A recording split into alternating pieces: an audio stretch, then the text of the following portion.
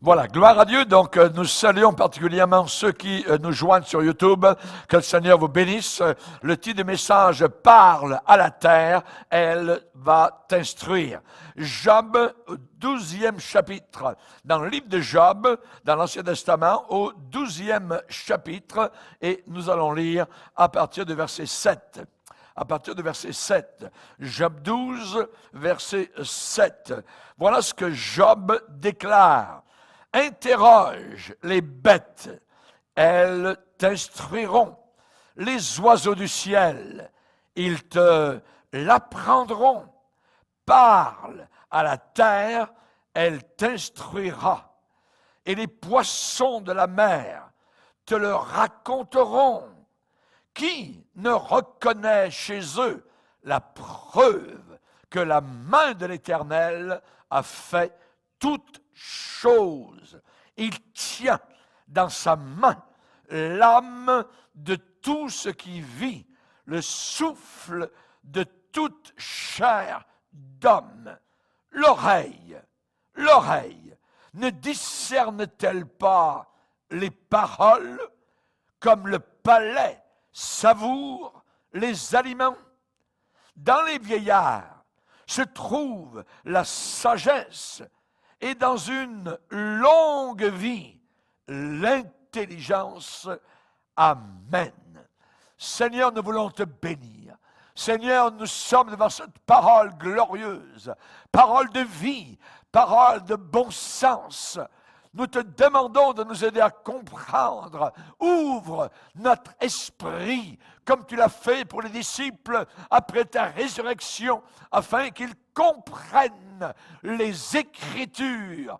Nous te prions pour les frères, pour les sœurs, pour ceux et celles qui sont au travers de la planète et qui écoutent maintenant cette parole puissante, parole libératrice, parole de vérité, dans le nom puissant de celui qui règne, Jésus-Christ. Nous le demandons. Amen. Et tout le peuple dit Amen. Amen. Alléluia. On peut s'asseoir, frères et sœurs. Alléluia. Nous allons nous engager dans une réflexion aujourd'hui très intéressante par rapport à la terre, par rapport à l'univers, par rapport à la création.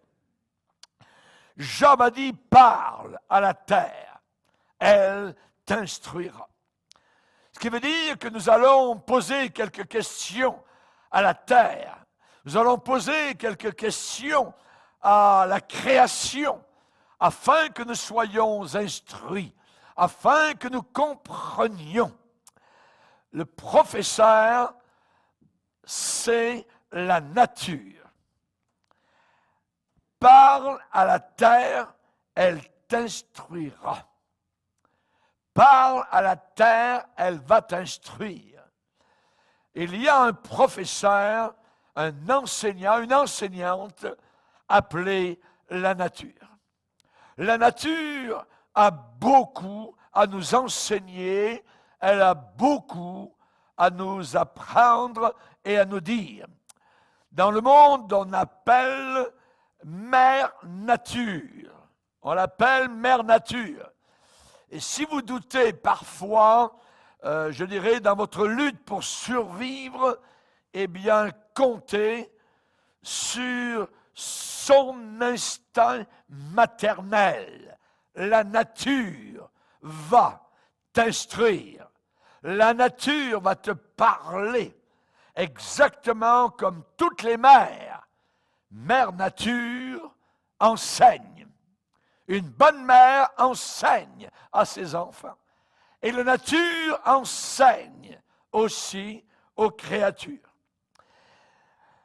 La terre nous amène face à face avec un mystère insoluble. Je veux connaître, je veux savoir, mais je veux connaître bien plus que le système de cellules dans notre corps. Je veux connaître plus que le squelette humain, les tibias, le crâne, ainsi de suite, les os. Je veux connaître plus que l'ADN. Je veux connaître le mystère de la vie. La vie. Le mystère de la vie. Qu'est-ce qui commande la couleur? La couleur. Le ciel bleu. Le ciel n'est pas vert, il est bleu. La nuit noire. Qu'est-ce qui commande la couleur? Le soleil se levant majestueux le matin de façon orange, se couchant le soir par un soir d'été rougeoyant. Qu'est-ce qui commande la couleur? Qu'est-ce qui commande la forme, l'aspect des choses, des montagnes, des océans? La courbe inclinée à l'horizon de l'océan. Qu'est-ce qui commande la grandeur? L'infiniment grand, l'insondable. Qu'est-ce qui commande l'infiniment petit? Qu'est-ce qui commande la longueur des jours? Qu'est-ce qui commande le changement des saisons qui viennent, disparaissent, sont transformées en d'autres saisons?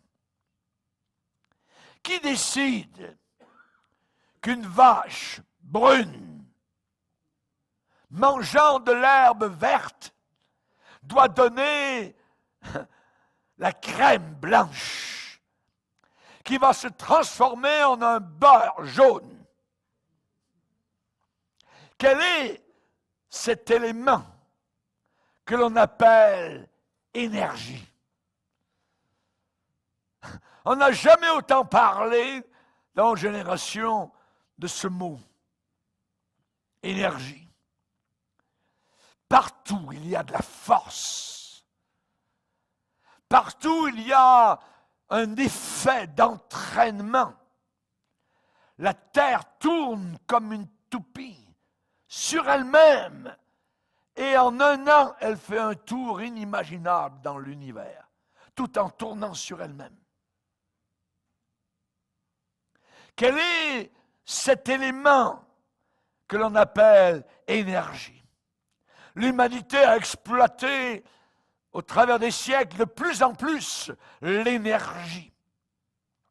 On commande à l'énergie de faire notre travail. On peut monter en l'air de grosses charges, des ascenseurs. L'énergie peut percer les ténèbres. L'électricité, c'est de l'énergie. L'énergie peut nous transporter d'un lieu à un autre de plus en plus rapidement avec des avions supersoniques. L'énergie a la capacité de porter nos voix instantanément à des milliers de kilomètres. L'énergie. Les énergies de la terre, les forces de la nature. On les utilise, ces énergies. La plupart du temps, nous ne les comprenons pas. Mais je dois respecter l'énergie. Sinon, l'option, c'est la destruction. Je dois respecter l'électricité, sinon ma maison va brûler. Je touche mon oreille. Touchez votre oreille. Votre oreille, voyez. Le psalmiste a dit, Seigneur, c'est toi qui as formé mes reins. Je te loue de ce que je suis, une créature si merveilleuse. Si merveilleuse. partie merveilleuse. L'oreille. Qui en a placé les plans? Planifier une oreille. Où est-ce que les plans ont été tracés? Dans quel bureau peut-on trouver cela? Quelle est l'intelligence qui en a conçu les plans? C'est une fonction merveilleuse, l'oreille. Vous m'entendez? Grâce à votre oreille. C'est une fonction exquise. Entendre. Dans notre oreille, nous avons un petit élément qui s'appelle le petit tambour à l'intérieur de notre oreille. Et ce petit tambour frissonne au moindre son qui le frappe. Ça se passe à l'intérieur, dans le tympan de l'oreille. Les facultés de réception de l'oreille sont les précurseurs des antennes géantes construites par l'industrie. Je sais que le son passe du tambour au cerveau et ensuite à la conscience vivante.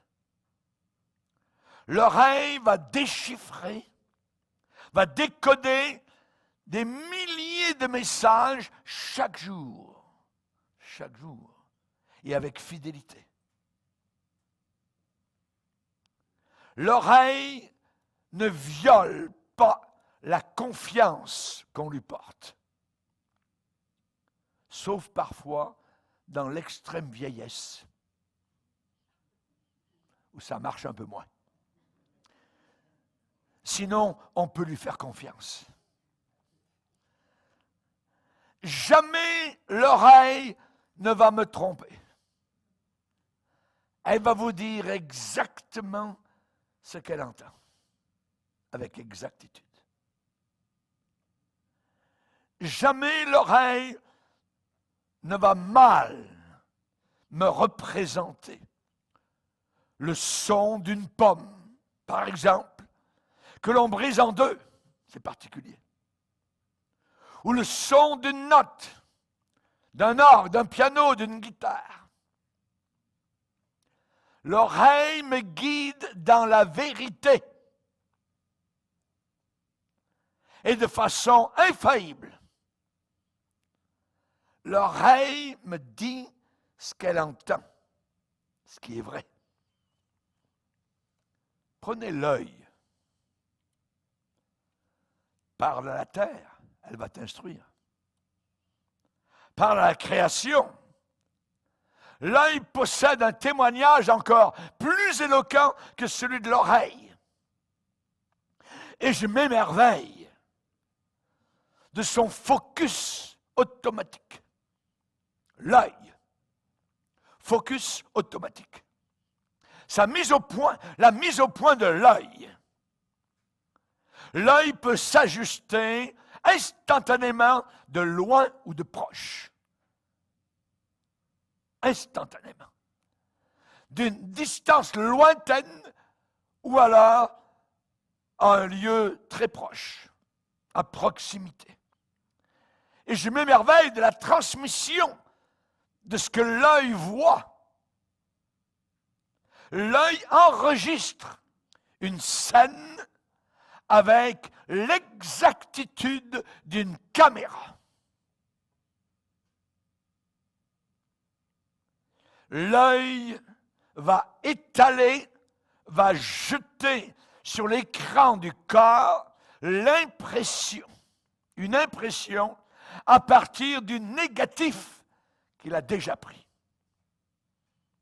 Et va projeter cela sur la conscience, dans mon esprit, et en plus, rempli de couleurs.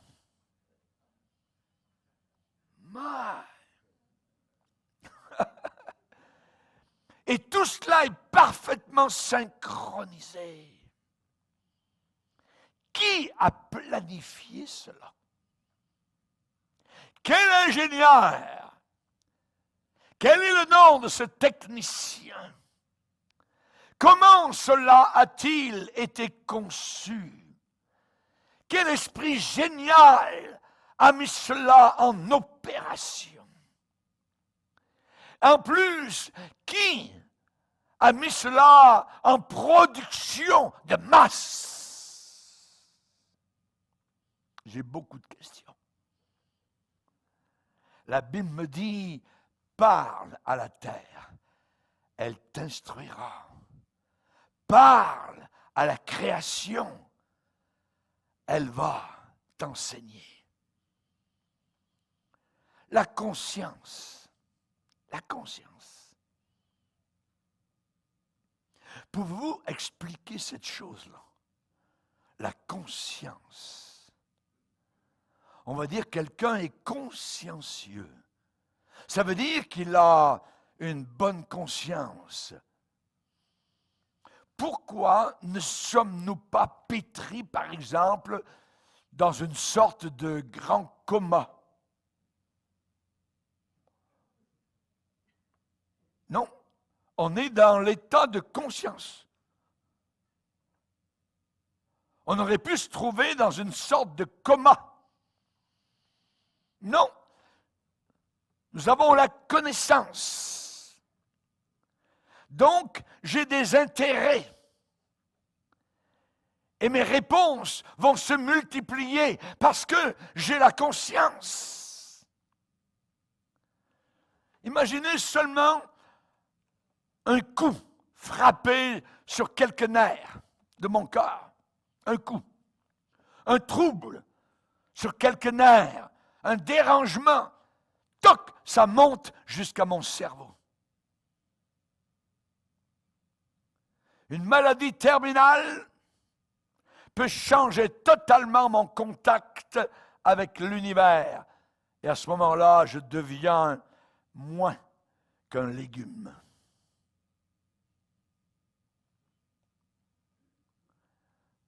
L'oreille, l'œil, la conscience. Est-ce que vous êtes capable de penser, de réfléchir? Je pense, je réfléchis, je médite. Encore là, c'est quelque chose de merveilleux. David a dit, je pense à toi, Seigneur. L'animal ne pense pas à Dieu. Je pense à Dieu. La pensée. David a dit, je médite sur mon lit. Je médite sur mon lit, je réfléchis. Quels sont les procédés qui rendent cela possible? La réflexion. Comment ça se passe?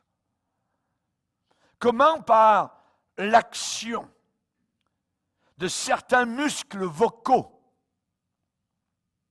soudain des vagues de son en mouvement transmettent ce que quelqu'un pense. Et ça transmet cela au nerf principal. Et ça fait penser la pensée, je dirais, dans le crâne de quelqu'un d'autre. Ma pensée est en train d'entrer dans votre pensée. Mais comment ça se passe?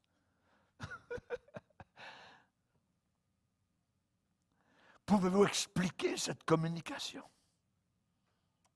D'où cela provient-il?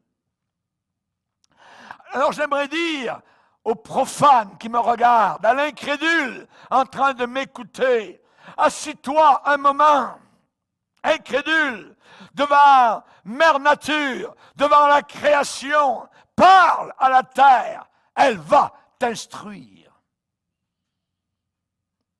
Elle va t'enseigner. Toi, le moqueur qui sourit avec dédain, qui te glorifie de ton indépendance, parle à la terre. Elle va t'instruire. La terre enseigne l'humilité à tout être humain. Il est dit, devant le Seigneur s'inclineront tous ceux qui descendent dans la poussière et qui ne peuvent conserver leur vie.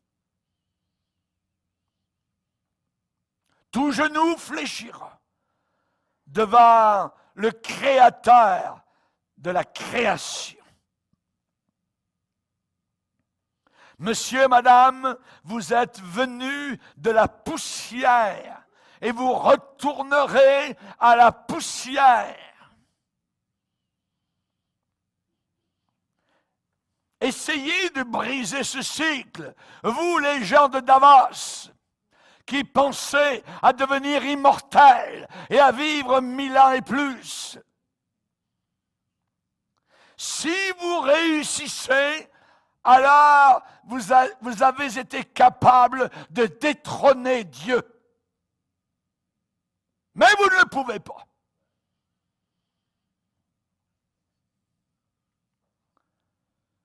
La fleur des champs, la fleur, la moins voulue, la moins désirée, possède en elle-même un mystère au-delà de tout ce que le plus puissant microscope ou tests chimiques les plus subtils peuvent révéler.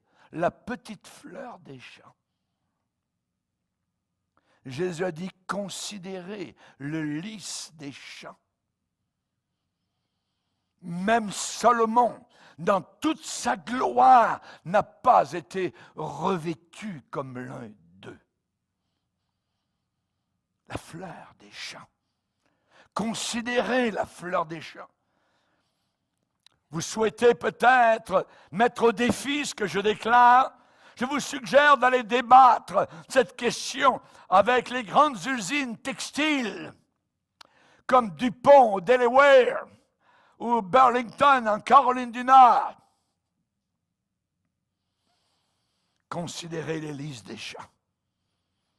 La terre me parle et me dit, tu as tellement à apprendre.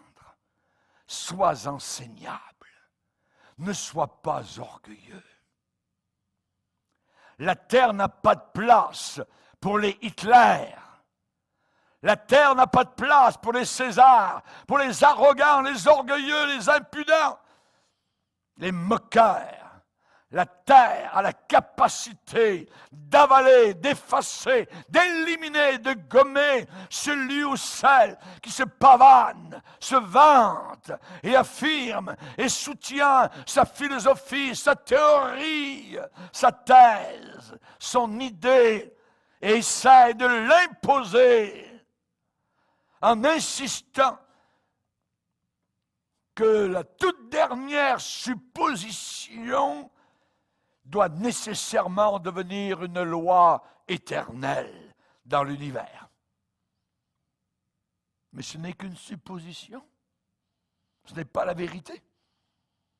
Le vrai savant, le véritable scientifique est un homme humble, un homme révérend, un homme qui n'est pas impoli, ni grossier, ni orgueilleux.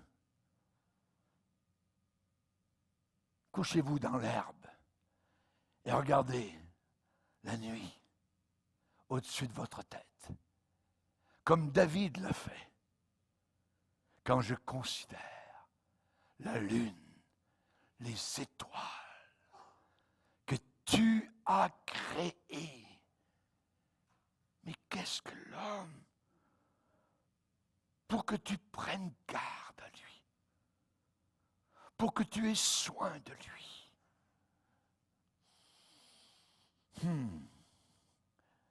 Les entrailles de cette planète s'ouvrent pour l'incrédule. Et c'est plus grand que les évolutionnistes, les transhumanistes, ceux qui sont en faveur de l'avortement, du changement de sexe, des athées.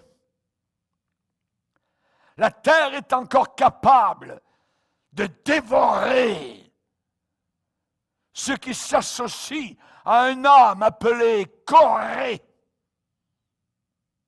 Les Corées de ce monde. Dans Nombre 16, dans le camp d'Israël, il est dit qu'il y a eu une rébellion contre l'autorité de Dieu. Et cela venait des principaux de l'Assemblée, les princes de l'Assemblée d'Israël. La Bible dit que c'était des gens de renom. Des gens de renom. C'était eux qui étaient les rebelles. C'est eux qui pensaient être assez suffisamment intelligents pour descendre Dieu. Quelle a été la réponse de la terre à ceux qui sont devenus, au-delà de leur intelligence, des idiots, des insensés? La réponse a été: l'Éternel fera connaître qui est à lui.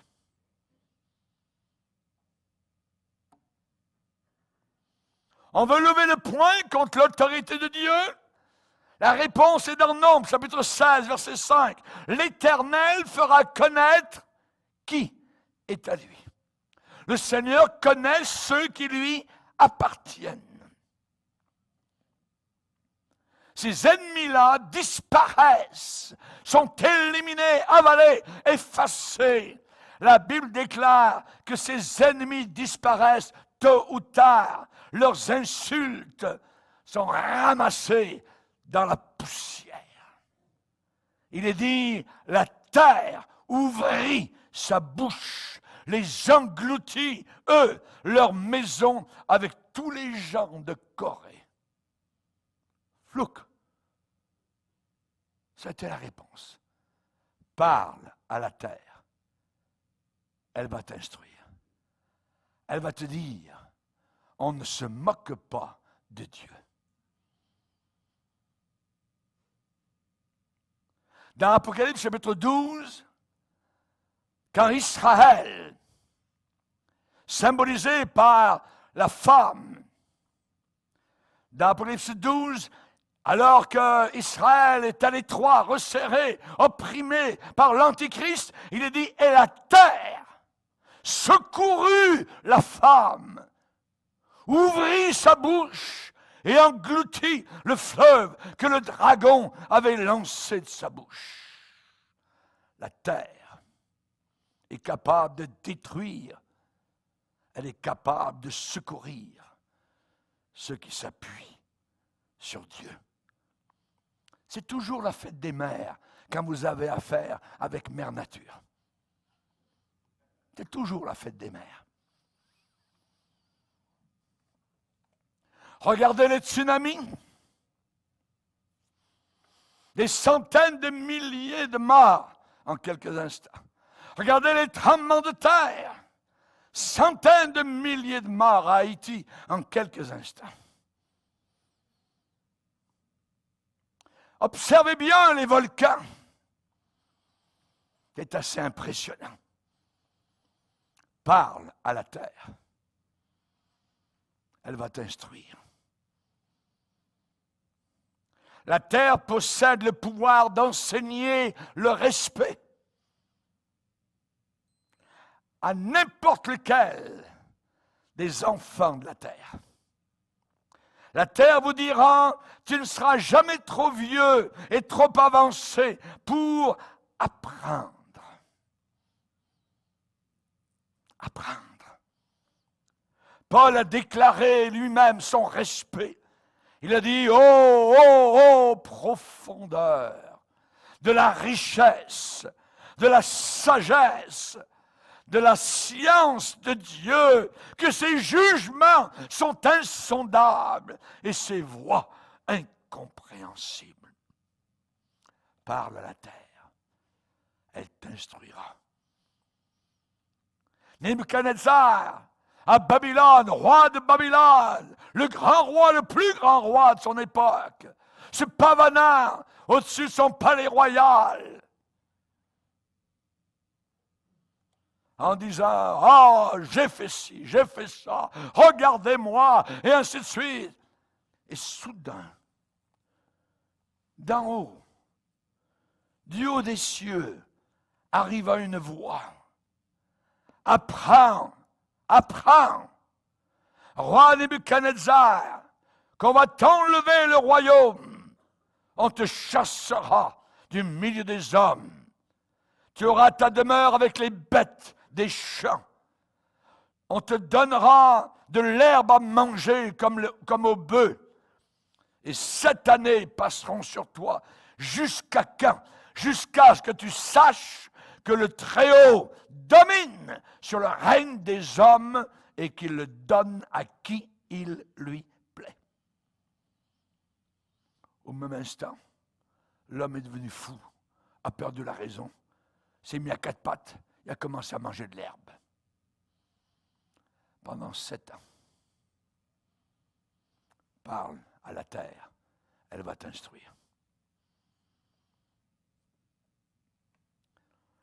À la fin des 7 ans, Nebuchadnezzar a retrouvé sa santé mentale. Et il a fait une déclaration. Maintenant, moi, Nebuchadnezzar, je loue, j'exalte, je glorifie le roi des cieux, dont toutes les œuvres sont vraies et les voies justes, et qui peut abaisser ceux qui marchent avec orgueil. Tiens. Chers amis, nous devons parler à la terre. Gardez-vous de refuser d'entendre celui qui parle du haut des cieux et qui a fait cette promesse. Je vais ébranler tout ce qui est sur la planète Terre. Nous allons vers un ébranlement inimaginable. Et l'homme, avec sa science, avec ses petits morceaux de fer, ses fusées, et ci et ça, et ses robots lunaires, sera réduit. Nous devons admirer la grande beauté et la productivité de la planète. Cette planète est capable de nourrir 10 milliards, 20 milliards de personnes. La productivité de la planète est soumise à celui qui l'a créée. Et cette planète a été planifiée pour satisfaire ma faim d'esthétique, autant que ma faim mentale et physique. Je découvre qu'il y a en moi une soif pour la beauté, pour ce qui est beau. Et il n'y a pas de soif en moi pour ce qui est de la laideur, ni pour des films d'horreur. Les anges dans le ciel, autour du trône de la gloire, déclarent « La terre est remplie de la gloire de Dieu ».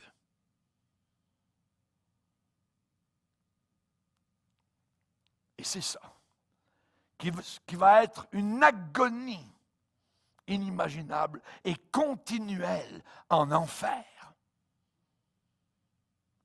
Une soif qui ne sera jamais étanchée, satisfaite. Une éternité sans aucune beauté, sans aucune esthétique, sans aucune lumière, sans aucune harmonie, sans aucune musique. Mais des cris, des grincements de dents, des lamentations éternelles. La Bible a des mots, des expressions enchaînées éternellement par les ténèbres. Ou encore des pleurs, grincements de dents, ou encore châtiment éternel. Cette planète est un grenier. Cette planète est un magasin à provisions. Cette planète me donne des vêtements. Cette planète donne de l'essence à ma voiture, me donne de la chaleur par l'électricité, de la fraîcheur par l'électricité. Cette planète nourrit mon corps, revêt même mon imagination, nourrit mon imaginaire. Quand j'ai soif et que je bois, comment se fait-il que je suis satisfait? Oh, ça fait du bien. Quand j'ai faim et que je mange, comment je peux terminer mon repas en disant « Ah, ça fait du bien, c'était bon ».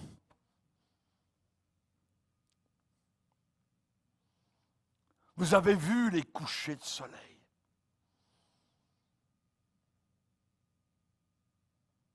Nous avons vu la beauté de la terre et nous avons imaginé l'au-delà, le ciel.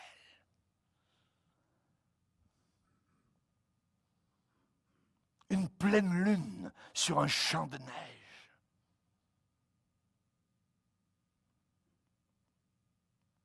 Le mélange sur la palette de couleurs durant l'automne. Au bord de la mer, les vagues tempétueuses qui viennent frapper sur les récifs. L'immense canyon, majestueux. Au pied du lac Léman et en face, l'immense Mont Blanc. Descendre de la montagne très haute et regarder en bas une mer de nuages dans la vallée.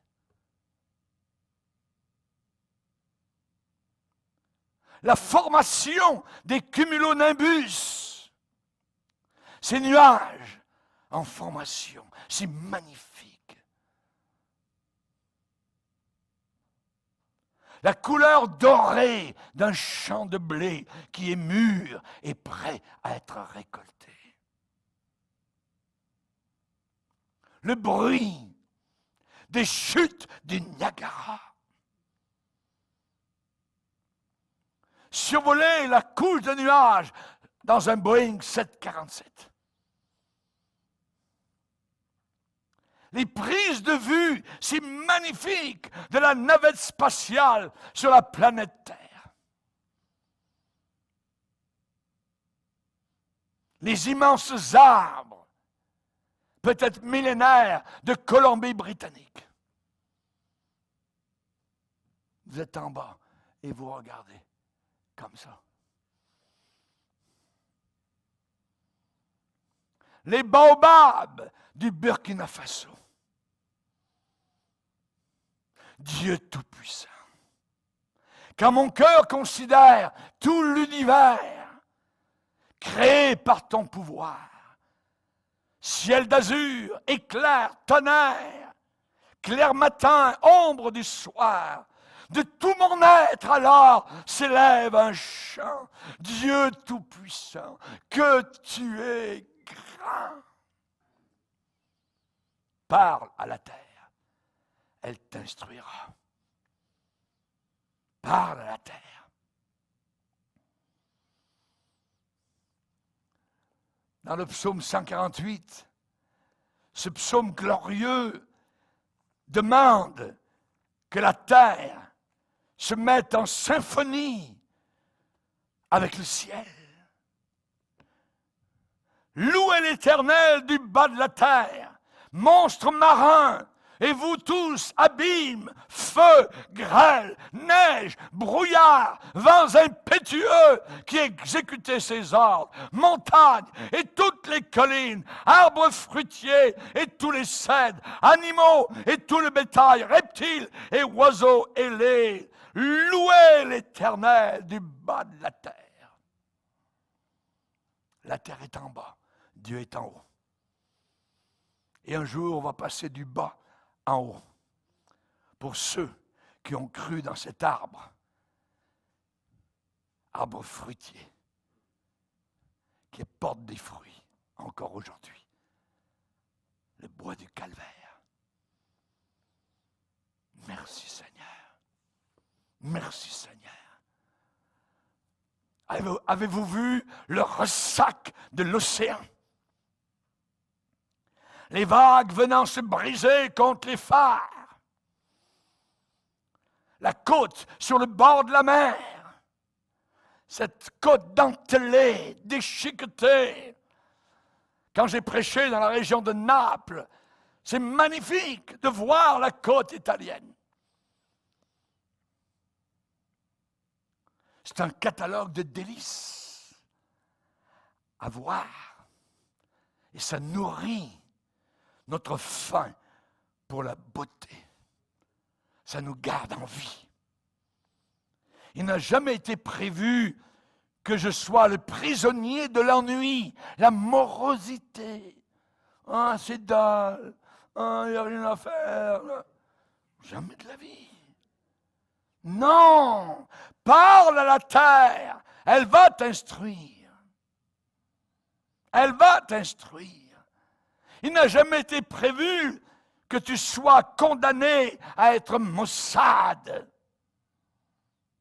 Nous devrions toujours nous tenir debout, dans nos bottes, et chanter « Oh mon pays, quel que soit votre pays, oh mon pays, terre de beauté !» Terre de beauté. Tous les pays de la planète sont beaux. Même un désert est magnifique. Seul un créateur inépuisable peut continuer de peindre l'aube matinale. Réarranger les couchers de soleil. Rénover, remettre à neuf. Remplir à nouveau la huche. De nouveaux produits à consommer avec action de grâce, nous dit la Bible. Rien ne doit être rejeté. Même pas la viande de porc. Elle est bonne. Elle est créée par Dieu. Dans Timothée, on nous déclare quelque chose de magnifique.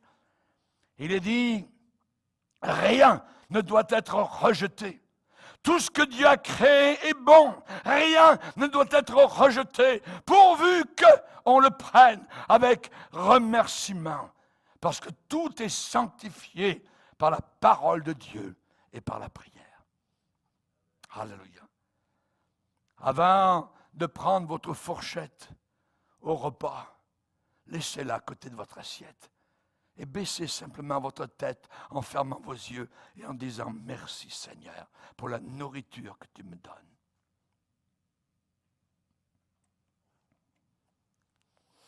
Paul et Barnabas, un jour, étaient à Lystre. Ils ont parlé à des païens. Ils ont dit « Le Dieu vivant a fait le ciel, la terre et la mer. » Nous sommes une petite planète.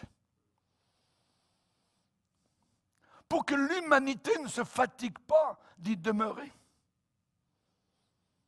Une petite planète pour que l'humanité combatte jusqu'à son dernier souffle pour y rester.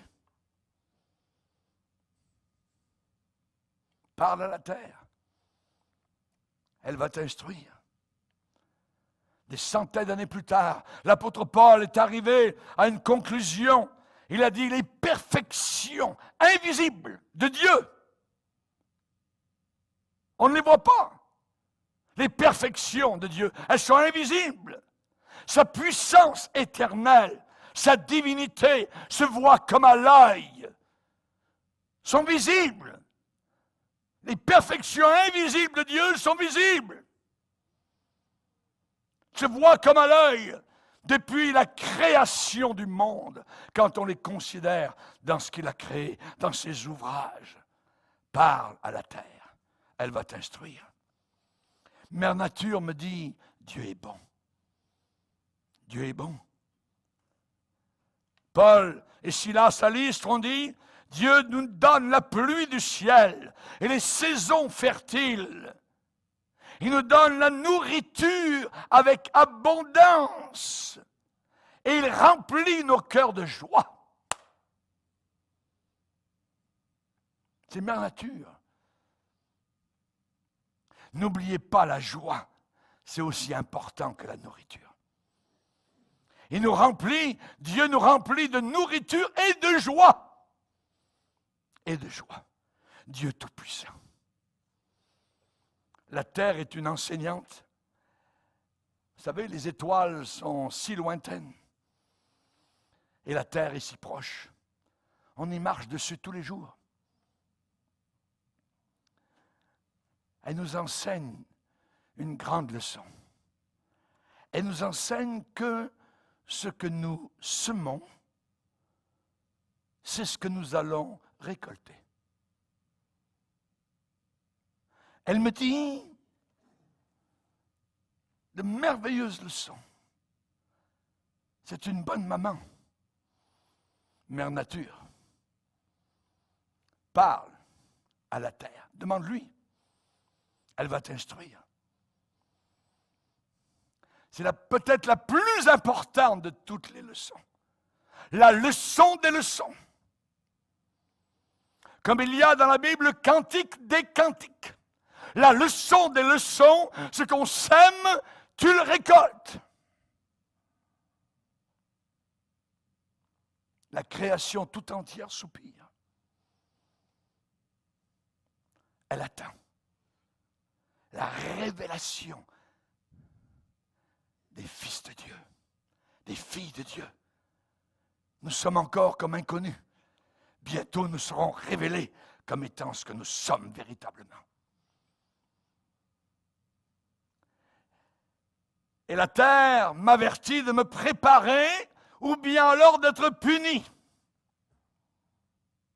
D'être prêt ou d'être puni. Madame qui m'écoutez, peut-être vous moquez de ce que je suis en train de prêcher, mais je vais vous poser une question quand même. D'où provient le sens de l'éternité? Vous avez ça dans votre cœur depuis que vous êtes petit bébé.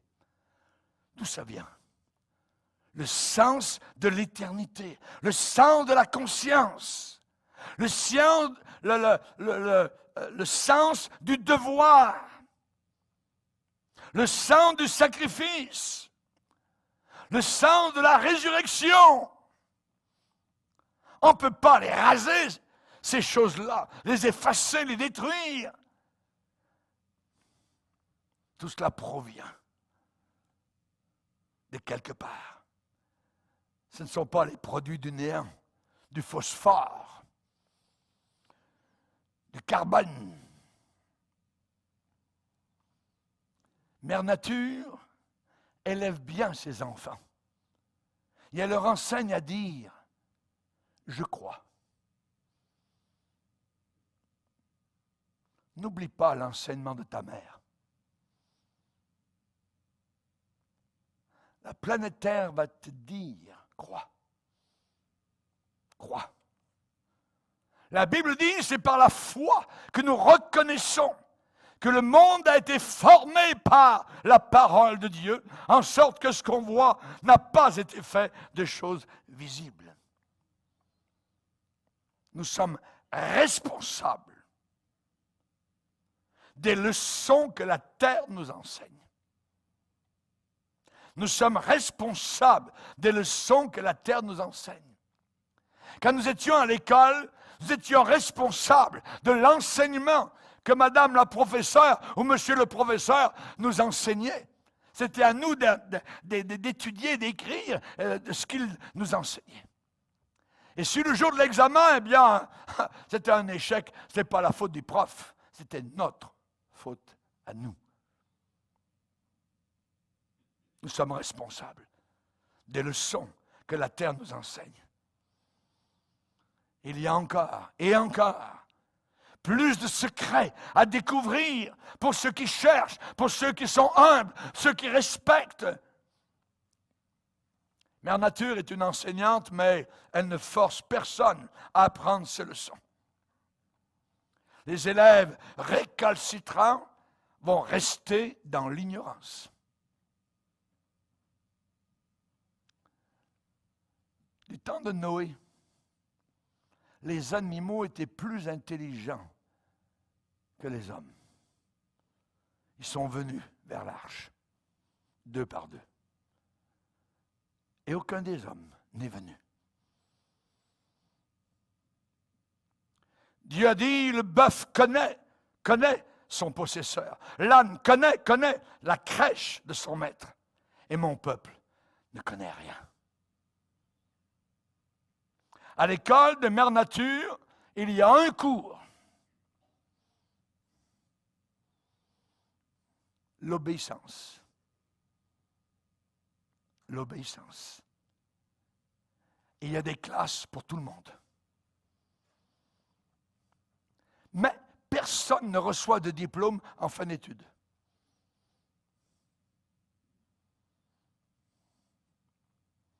C'est le programme d'études pour chaque scientifique, chaque horticulteur, chaque fermier, chaque agronome, chaque ingénieur, chaque médecin. Demandez et vous allez obtenir. Cherchez et vous allez trouver. Frappez et on va vous ouvrir. Le bon sentier, c'est lequel? Une consécration complète, totale, sans défaillance, pour la vérité et la droiture. Isaïe connaissait le rapport de ce que disait le sol. Il a dit, comme la terre, c'est un exemple, comme la terre fait éclore son germe, comme un jardin fait pousser ses semences, de la même manière, le Seigneur fera germer le salut et les louanges en présence de toutes les nations. Il existe une puissance disponible pour que nous soyons ce que nous devons être. Ne doutez jamais de cela, une seule seconde. Le jardin me déclare des paroles de foi. Ce qu'on sème, on va le récolter. Et ça me dit une chose. Voici, je fais toutes choses nouvelles.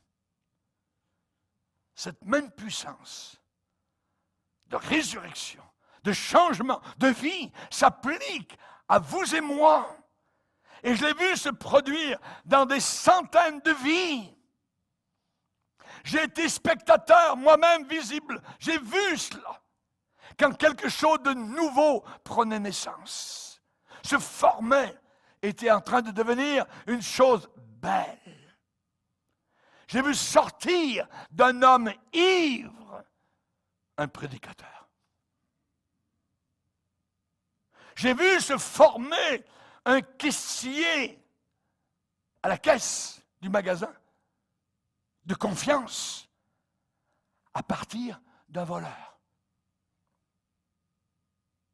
J'ai vu prendre naissance une mère véritable, une épouse fidèle à partir d'une prostituée. Jésus, dans sa lignée généalogique, a eu une prostituée qui est devenue une femme de foi, une héroïne. C'est miraculeux. Parle à la terre. Elle va t'instruire. C'est la réponse au gars qui ne veut pas donner de chance à personne. Dieu donne des chances à tous et chacun. Il dit, je fais toutes choses nouvelles. Si quelqu'un est en Christ, il est une nouvelle création. Les choses anciennes sont passées. Vous êtes sauvés parce que Dieu lui-même vous veut sauver. Exactement comme il veut et désire qu'une rose soit une rose et qu'une orange soit une orange. Il nous veut sauver. Alléluia. Le centurion romain a compris cela.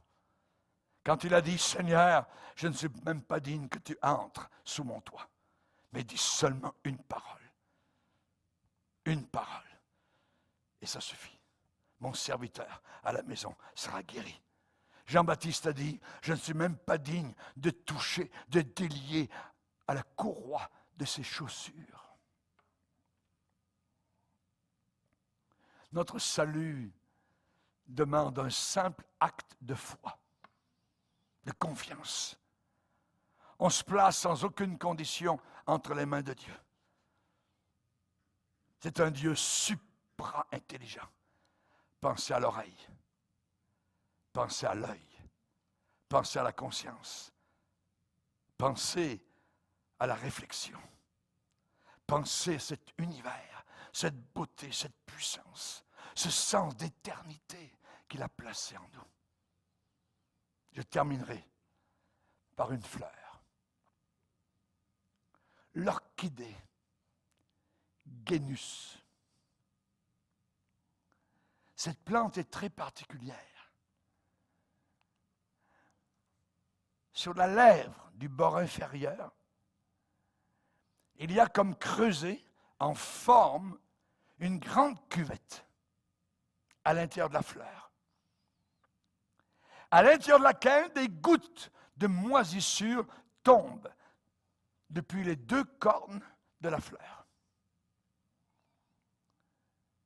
Et cette cuvette est à moitié pleine par ce surplus, par cette sorte de débordement, et c'est drainé par un bec sur le côté de la fleur. Le haut de la lèvre est tellement creusé qu'il se déroule au-dessus de la cuvette et c'est marqué par des stries superficielles que les abeilles aiment tellement ronger. En faisant cela, les abeilles montent les unes sur les autres et tombent souvent dans l'eau de la cuvette, de la fleur qui est en dessous. Elles sont obligées de faire leur sortie par le tuyau du trop-plein sur le côté de la fleur.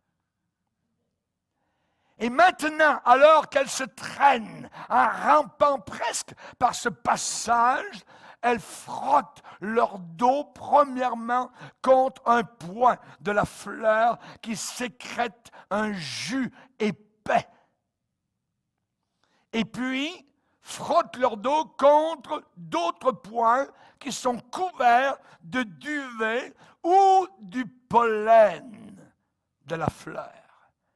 Et ainsi, en sortant, leurs dos en sont couverts. Ensuite, elles s'envolent, et après leur envol, elles visitent une autre fleur. Ce qui arrive très souvent, et elles refont la même chose. Et avec la mauvaise chance, elles s'échappent en s'envolant, mais maintenant leur dos est tout couvert du duvet touchant le point de la fleur couvert de jus. Et le duvet reste et adhère sur l'autre fleur. Et l'autre fleur est ainsi fertilisée.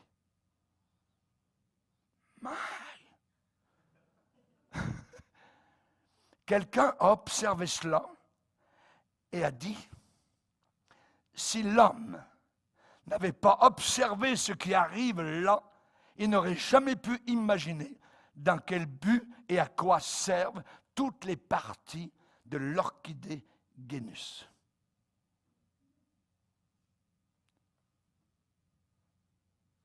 C'est arrivé par hasard? Non. Il y a quelqu'un. Parle au Créateur de la terre et il va t'instruire. Baissons nos yeux. Seigneur, nous voulons te glorifier. Seigneur, nous voulons te bénir. Seigneur, non seulement tu existes, mais tu nous aimes. Non seulement tu es beau, mais tu es puissant. Non seulement tu es puissant, mais tu es fidèle. Merci Seigneur pour tout ce que nous avons entendu. Merci de nous aider à comprendre que rien ne vient par hasard. Tu es le créateur de l'infiniment grand comme de l'infiniment petit. Et tu es le créateur d'un salut si merveilleux à Golgotha, sur une croix ensanglantée par Dieu, le Fils, venu pour nous sauver. Merci Seigneur. Dans le nom puissant de Jésus-Christ. Amen. Et tout le peuple dit Amen. Amen. Levons-nous ensemble devant le Seigneur. On va louer Dieu.